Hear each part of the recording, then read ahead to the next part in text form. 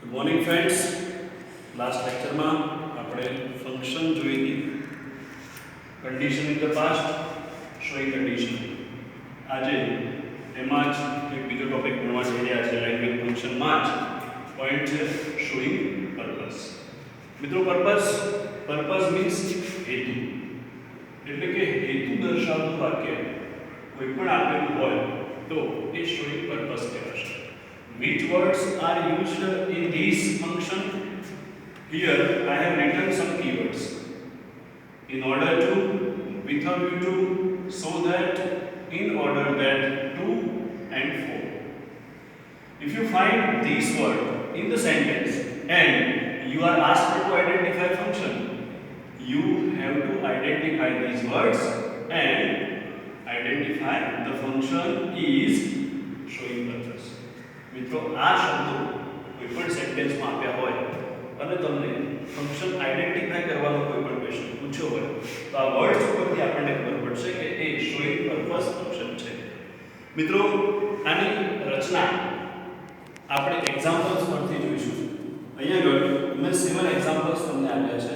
First example છે, Nirav went to USA in order to earn money. You can easily find here the word in order to. In order to નો મતલબ થાય છે ના હેતુથી. આ બંને શબ્દનો મતલબ થાય છે ના હેતુથી. આનો મતલબ થાય છે કે જેથી, અને આ ટુ અને ફોર એનો મતલબ થાય છે માટે. મતલબ કે આ બધા જ શબ્દો આપણને શોઈંગ પર્પસ બતાવે છે. અહીં સેન્ટેન્સ છે કે નીરવ યુએસએ ગયો. કયા હેતુથી? અર્ન મની, એટલે કે પૈસા કમાવાના હેતુથી. હવે આ સેન્ટેન્સમાં ધ્યાન શું રાખવાનું કે જ્યારે પણ ઇન ઓર્ડર નો યુઝ થાય ત્યારે એના પાછળ આવતું જે ક્રિયાપદ છે એ હંમેશા કેવું હોય છે? V1 હોય છે, એટલે ક્રિયાપદનું મૂળ રૂપ હોય છે. મિત્રો, એ જ સેન્ટેન્સમાં આપણે જ્યારે વિથ અ વ્યૂ ટુ નો યુઝ કરીએ છીએ ત્યારે અહીં લખ્યું છે કે Kavya worked hard with a view to getting good result. Now Kavya સખત મહેનત કરે છે. કયા હેતુથી? સારું પરિણામ મેળવવાના હેતુથી. Here the word you can easily find with a view to, but after with a view to I have written getting. એટલે કે જ્યારે પણ with a view to વપરાય છે, with a view to સેન્ટેન્સમાં આવે છે ત્યારે એના પછી આવતું ક્રિયાપદ એ verb ing છે. આ બે બાબતો ખાસ ધ્યાન રાખવાની છે મિત્રો. થર્ડ સેન્ટેન્સ છે કે જેમાં મેં so that નો યુઝ કર્યો છે. I have joined gym so that I can reduce my weight. અહીંયા આગળ આ so that ની જગ્યાએ હું in order that નો યુઝ પણ કરી શકું છું કે મેં જીમ જોઈન કર્યું છે કે જેથી I can reduce my weight, હું મારું વજન reduce કરી શકું, હું મારું વજન ઘટાડી શકું. મિત્રો, so that કે in order that જ્યારે સેન્ટેન્સમાં વપરાય છે ત્યારે so that કે in order that પછી ફરીથી કરતા આવે છે. એટલે અહીંયા આગળ I કરતા હતો, એ જ કરતા ફરીથી અહીંયા આગળ I લીધો અને પછી પાછળ મોડલ ઓક્સિલરી વર્બ એટલે કે કેન અથવા તો કુડ નો યુઝ થાય છે. મિત્રો, કેન ક્યારે વાપરીએ છીએ? જ્યારે આગળ પ્રેઝન્ટ ટેન્સ હોય ત્યારે કેન આવે છે અને પાસ્ટ ટેન્સ હોય ત્યારે કુડ આવે છે. Next sentence, next example, Kavita goes to library to enrich her knowledge. અહીંયા આગળ કવિતા goes to library, કવિતા લાઇબ્રેરીમાં જાય છે. to enrich her knowledge, અહીંયા આગળ ફક્ત to શબ્દ વાપર્યો છે અને એ પણ શોઈંગ પર્પસ બતાવે છે. enrich એટલે સમૃદ્ધ બનાવવું, her knowledge એનું જ્ઞાન સમૃદ્ધ બનાવવા માટે એ ત્યાં આગળ જાય છે. તો to પછી V1 આવશે. નેક્સ્ટ ફિફ્થ એક્ઝામ્પલ છે, Mayank called his friend for discussing about a project. અહીંયા આગળ શબ્દ વાપર્યો છે for અને for પછી જે વર્બ વાપર્યું છે discussing, એટલે કે અહીં પણ આપણને વર્બ ing જોવા મળે છે. સિક્સ્થ સેન્ટેન્સ છે, the boys met the principal with a view to getting leave. ઉપરનું એક્ઝામ્પલ જ છે, જે સેકન્ડ એક્ઝામ્પલ હતું એ સિક્સ્થ એક્ઝામ્પલ છે. with a view to નો યુઝ થયો, પાછળ getting આવ્યો. Mr. Patel walked fast so that he could get a bus. Now you can see could અહીંયા આગળ એટલે કે past tense નું મોડલ ઓક્સિલરી વર્બ કેમ વાપર્યું છે? આગળ walked લખ્યું છે. પાસ્ટ ટેન્સ છે એટલા માટે આગળ would આવશે. તો આ પ્રકારની વાક્ય રચના આપણી શોઈંગ પર્પઝમાં રહેશે. આટલા કીવર્ડ્સ આપણે યાદ રાખવાના રહેશે મિત્રો. હવે ત્રણ પ્રકારે જે રીતે એક્ઝામમાં પૂછાય છે આ ટોપિક એની આપણે વિગતવાર ડિસ્કશન કરીશું અને એમાં આપણે ફોર્મ્યુલા પણ યાદ રાખીશું અને એ પણ જોઈશું. પહેલો ટોપિક છે આઇડેન્ટિફાય ફંક્શન 3 માર્ક્સનું, જે 3 માર્ક્સ માટે પરીક્ષામાં પૂછાય છે અને એમાં ફક્ત સેન્ટેન્સ આપેલું હોય છે, નીચે 4 ઓપ્શનમાં ફંક્શનના નામ લખેલા હોય છે. તમારે સાચી ફંક્શન એમાંથી આઇડેન્ટિફાય કરવાની છે. તો જ્યારે પણ કોઈ સેન્ટેન્સમાં in order with so that in order that to અથવા ફોર વર્ડ આવે તો એ ફંક્શન એ આપણી શોઈંગ પર્પઝ હશે. પરંતુ એના પાછળ શું ધ્યાન રાખવાનું છે કે જ્યારે પણ ઇન ઓર્ડર ટુ સેન્ટેન્સમાં વપરાય તો એના પાછળ આવતું ક્રિયાપદ હંમેશા V1 હોય છે. વિથ ટુ સેન્ટેન્સમાં વપરાય તો એના પાછળ આવતું સેન્ટેન્સ હંમેશા વર્બ ing હોય છે. અને સો ધેટ અથવા ઇન ઓર્ડર ધેટ સેન્ટેન્સમાં વપરાય તો આગળના સેન્ટેન્સના ટેન્સ મુજબ કાં તો કેન અથવા તો કુડ અને પછી V1 વપરાય છે. મિત્રો ટુ પછી સીધું V1 વપરાય છે અને ફોર પછી વર્બ ing વપરાય છે. એટલે કે આ ટોટલ વાક્ય રચનાને આપણે સમજીશું તો આપણે આસાનીથી આઇડેન્ટિફાય ફંક્શન ટોપિક યાદ રાખી શકીશું અને કોઈ પણ સેન્ટેન્સ જો શોઈંગ પર્પઝનું હશે તો એને ઓળખી શકીશું. નાઉ the second exercise complete the sentences. મિત્રો આપણે આગળની 3 ફંક્શનમાં પણ કમ્પ્લીટ ધ સેન્ટેન્સીસ જોયા છે. એ જ પેટર્નથી અહીં પણ કમ્પ્લીટ ધ સેન્ટેન્સીસ પૂછાતા હોય છે. Here I have return the first sentence Meena rain fast.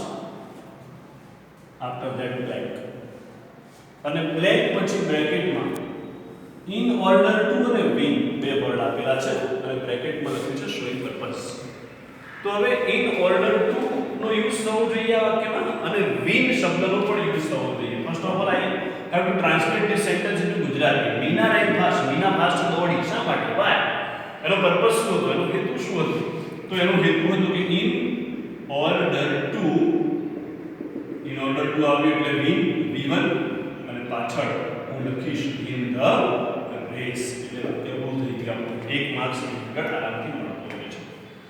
Second sentence છે Walt met Roy. Walt I am talking about Walt Disney. Walt met Roy. Roy was his mother. તો Walt રોયને મળ્યો. અહીંયા આગળ લખ્યું છે વિથ અ વ્યૂ ટુ અને showing purpose. હવે વિથ અ વ્યૂ ટુ પછી બીજો કોઈ કીવર્ડ્સ નથી. તમે કોઈ પણ પ્રકારનું સેન્ટેન્સ બનાવી શકો. વોલ્ટ રોયને શા માટે મળ્યો? તો with a view two. After with a view two we have to put a verb અને વિથ અ વ્યૂ ટુ પછી આવતું વર્બ એ વર્બ ing હશે. With a view two starting A new cartoon series. એટલે કે volt રોયને નવી cartoon series start કરવાના હેતુથી મળ્યો.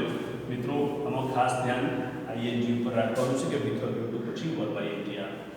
થર્ડ સેન્ટેન્સ છે the principal sent the peon. પ્રિન્સિપાલે પ્યુનને મોકલ્યો. અહીં લખ્યું છે ફોર અને પોસ્ટ લેટર્સ. અહીંયા આગળ હું ફોર વાપરીશ એટલે પર્પસ થઈ ગયો. ફોર. હવે જોઈએ આપણે કે ફોર પછી વર્બ ing આવે. પોસ્ટ વર્બ આપેલું છે ફોર પોસ્ટિંગ લેટર્સ. તો એ પણ 1 માર્ક્સ થઈ ગયો. After that fourth sentence, I called my friend. અહીં લખ્યું છે so that discuss અને problem. લખ્યું છે purpose. તો I called my friend. અહીંયા આગળ મારે so that વાપરવું છે. So that subject I છે એટલે અહીં પણ I અહીં જોવાનું called. તો I could called હતું માટે સેકન્ડ ફોર્મ એટલે કે past tense સ્વરૂપ. I could discuss about my problem. So I have to use all the words given in the bracket here, so that and discuss and problem. So I also use so that, discuss and problem. Now the fifth and the last, complete the sentence. Read properly. Properly read karo. Get good result. અને લખ્યું છે purpose. અહીં કશું જ આપ્યું નથી, મતલબ કે આમાંનો કોઈ વર્ડ આપ્યો નથી. So you can easily use any of the word from these. અહીંયા આગળ લખી દીધું આપણે કે read properly two get good reason. સારું પરિણામ મેળવવા માટે પ્રોપરલી રીડ કરો. Read properly in order two get good reason. તમે તમે એવું પણ લખી શકો છો with a view to getting good result એવું પણ લખી શકો છો so that you can get good result એવું પણ લખી શકો છો for getting good result એવું પણ લખી શકો છો તો મિત્રો આ કમ્પ્લીટ જે સેન્ટેન્સ ની વાત કરી now complete the dialogue આ રીતે ઓપ્શનમાં પૂછાય છે સેક્શન A માં અહીંયા આગળ એક એક્ઝામ્પલ આપ્યું છે તેના પરથી તમે ઈઝીલી સમજી શકો છો લખ્યું છે અક્ષય સે why did you call me yesterday મને ગઈકાલે શા માટે કોલ કર્યો તન્મય સે blank showing purpose now you have to find the sentence of showing purpose from this and first of all you have to consider on the words keywords આમાં કેટલા keywords છે તો જોઈએ તો ચારે ચાર ઓપ્શનમાં કોઈના કોઈ keywords showing purpose બતાવે છે પરંતુ હવે બધા keywords ચારે ચાર ઓપ્શનમાં આપેલા છે તો એના પછીના જે વર્બ છે એને આપણે જોવા પડશે અહીંયા આગળ જોઈએ કે I called you so that વપરાયું છે અને પાછળ can છે મિત્રો તમે સમજી શકો છો કે અહીંયા આગળ called એટલે કે past tense નું રૂપ છે અહીંયા આગળ can છે એટલે પોસિબલ નથી અહીં could હોવું જોઈએ માટે આ વિકલ્પ ખોટો છે next I called you in order to giving you a message અહીંયા આગળ વપરાયું છે in order to પણ in order to પછી વપરાયેલું વર્બ જો વર્બ ing છે જ્યારે in order to પછી શું વપરાય છે v1 માટે આ વિકલ્પ પણ ખોટો છે I called you with a view to giving આ બંને રીતે with a view to પણ છે અને ing પણ છે આ વિકલ્પ સાચો છે ચોથામાં લખ્યું છે I called you in order that I can in order that છે અને I can છે એટલે અહીં called છે માટે ત્યાં can હોઈ ન શકે એટલે આ વિકલ્પ પણ ખોટો છે માટે આમાં જવાબ જે વિકલ્પ છે ઓપ્શન આપણો સી એ આવશે તો મિત્રો આ છે showing purpose આપણે અત્યાર સુધી પહેલી ફંક્શન શીખ્યા હતા showing result બીજી શીખ્યા હતા showing contrast ત્રીજી શીખ્યા હતા showing result અને condition અને આ showing purpose એમ ટોટલ ચાર ફંક્શન અત્યાર સુધી ચાલી છે ચારે ચાર ફંક્શનની એક્સરસાઇઝ કરવી આની પણ એક્સરસાઇઝ કમ્પ્લીટ કરવી માર્વેલમાંથી એક્સરસાઇઝ જોવી 11th ની અને કમ્પ્લીટ કરવી અને નેક્સ્ટ ફંક્શન આપણે આવતીકાલે શીખીશું થેન્ક યુ